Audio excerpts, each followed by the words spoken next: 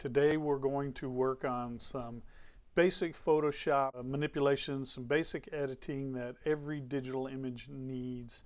We're also going to apply a texture to this image using the blending modes in Photoshop, and I'm going to finish it up with a simple vignette technique. Hopefully there's not a lot of talking here, you're just going to follow along. So let's get started. The first thing that we need to do is crop this image. You can see right here this chair rail really doesn't add anything to this image, so the first thing we're going to do is get rid of it. I'm going to press C on my keyboard, which is going to bring up my crop tool. Need to check and make sure that these are left open so that we don't change the resolution of the image at all. I'll hold down my caps lock and you can see I get a precise editor, and I'm just going to crop this chair rail out pretty simply. You can see that it's not real even here if I move down, and now I have in the corner, if you see there, my cursor is moved to these two arrows that are on angle, and that allows me to rotate my crop box and get a little bit better crop on this image. And that's the first step in making this image a little bit better. I'm going to press tab, bring up my palettes again, and the first thing we need to do when it comes to correcting any image after making that crop, we need to go in and correct curves for our exposure. This little scale here is a graphic representation of the tonal values of your image. It's called a histogram.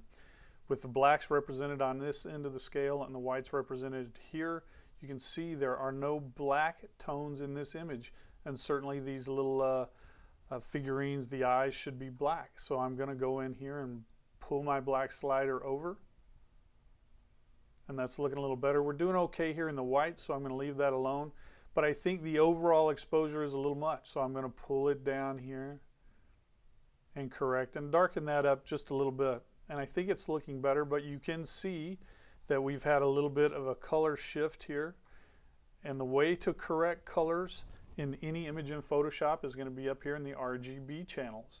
Click RGB, and that allows me to access the three individual channels, red, green, blue.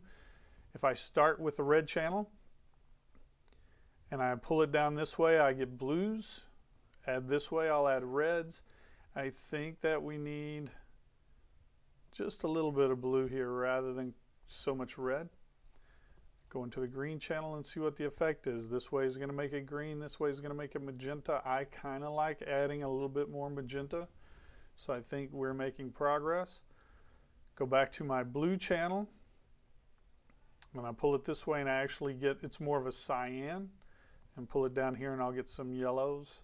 I think it needed just a little touch of that. And I can go back to my RGB channel, I can see my corrections, and I'm going to pull it down just a little bit.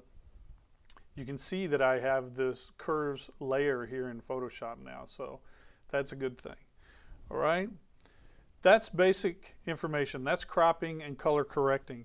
Now we want to add a texture to this image, and in order to do that, we're going to go into our, let me click there, go into our important stuff folder, where you're going to find a folder called textures. Just click and drag it and drop it down onto bridge, and scroll through here and see which of these you think might apply to your image.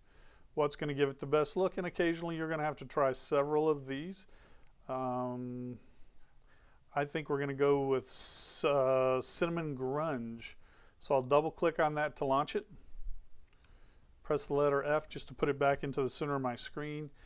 Remember these keyboard commands, you will use them all the time. Command A is select all, and now you can see we have the marching ants, what Photoshop calls marching ants.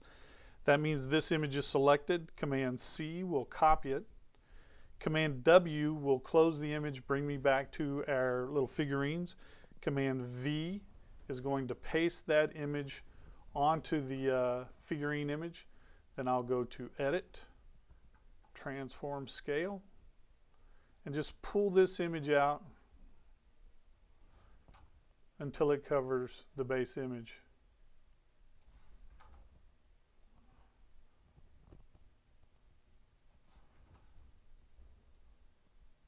Once I'm satisfied with that, I'll hit Enter to commit, and now essentially what we have is our texture layer on top of our background image of the figurines.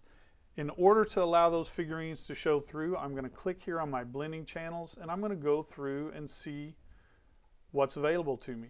If you'll notice, they're grouped, darken, lighten, overlay, difference. Have a look, see what works best. I think in this case, this image, it's either going to be multiply or overlay. I think I like overlay. Let's work with that. All right, so it doesn't look too terribly bad. It did take on a lot of the color of that background, so now it's very yellow. I can go back in through my RGB and correct for that some. Maybe I like that. All right, I can also go here to my opacity and dial down my opacity so that the background doesn't show through quite so much. Oh, I'm on the wrong layer. Let's go back here to our, and you'll see that it will either remove or lessen the effect of that blending mode. I think that looks pretty good. I do think that some of this texture is a little bit distracting here. So I can go in and use my eraser tool, and you can see the brush size that I have selected is pretty large, and the hardness is set to 0, and you'll want to keep it pretty soft, so I would say 20% down to 0 is probably okay. Let's see what it looks like at 20%. And I'm going to make my brush a little bit smaller. Got to click here to get rid of that. Make my brush a little bit smaller, and now when I paint on the figurine's face, it's going to remove some of this. Now you'll notice my blending mode right now, or my opacity, is set to 100%, which removed every bit of that texture, and that's not a good thing. So I'll hit Command Z, come up here and change my opacity, and we'll try 30%. And now we're just lessening the effect of that overlay right in the areas that we care about. And if you wanted to come down here and do all of this, you could do that as well. It's your photograph, it's your call. But that's how you're going to lessen the impact of that layer right there. And right now it's looking pretty good.